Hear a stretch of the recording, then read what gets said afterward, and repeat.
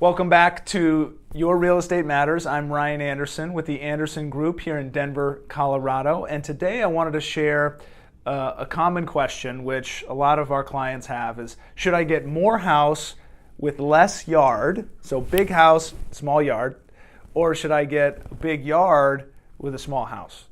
And what are the pros and cons of that? So let's go with the large house, small yard. Areas like that in Colorado are like Stapleton or backcountry in Highlands Ranch. Some could argue Wash Park. You know, you're getting possibly a bigger house with a McMansion on it and a small yard or no yard. So what are the pros of that? Well, if you're wrestling with what's better, obviously location is key. That's always going to be number one. What's the better location for investment?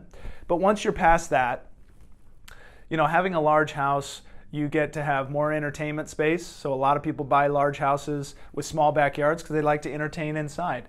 They have more children or they have a bigger family and they want to have more bedrooms. They want to just be able to have more places that they can relax to. So a movie theater, a library, a game room, a study up top with a loft. Maybe they want a rooftop deck. Maybe they want a 4-car garage, and it's going to take up that extra space and minimize the backyard. So that's the pros. I guess having a big house with a small yard. The cons is you're going to have a larger utility bill, right? You're going to have more to clean, and as far as the house goes. And the cons would be that you're just not going to have a lot of space, obviously backyard-wise, but really tight on all fronts, from the front yard to the backyard. It's not a lot of room to stretch out when it comes to the outside. But now let's say you want to do a small house with a big yard. What are the pros and cons of that? Maybe you're looking at areas in Douglas County where you're getting 35 acres.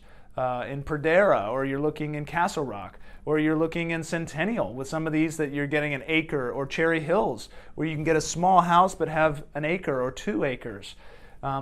What are the values of that? Well, if you're an outdoors person, it's wonderful because you can have all this area where you can walk and you can think, and you can have a backyard that you can play in and have a pool. You could build. You could do a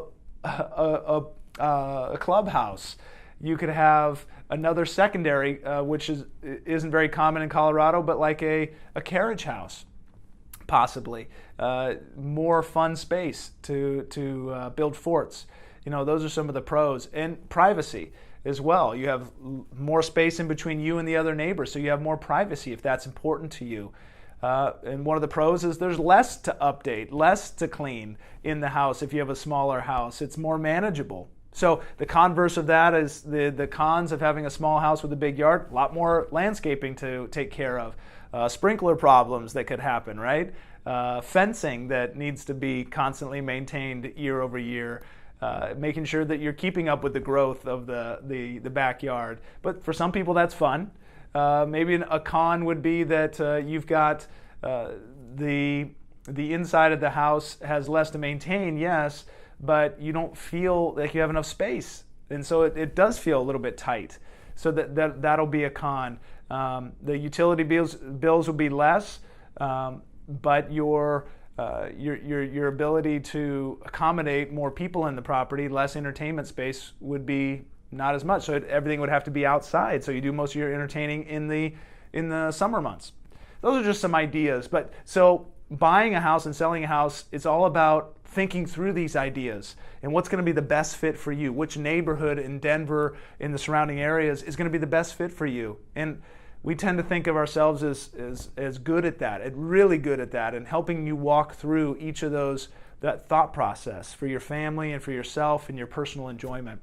So hopefully that helps kind of walk through a couple of ideas on, do I get a big house with a small yard, or a small house with a big yard, or do I just get a big house with a big yard and a small house with a small yard? Either one would be great. Would love to talk to you about it. And as always, we're here to make your life better because of real estate. Have a great day. Bye for now.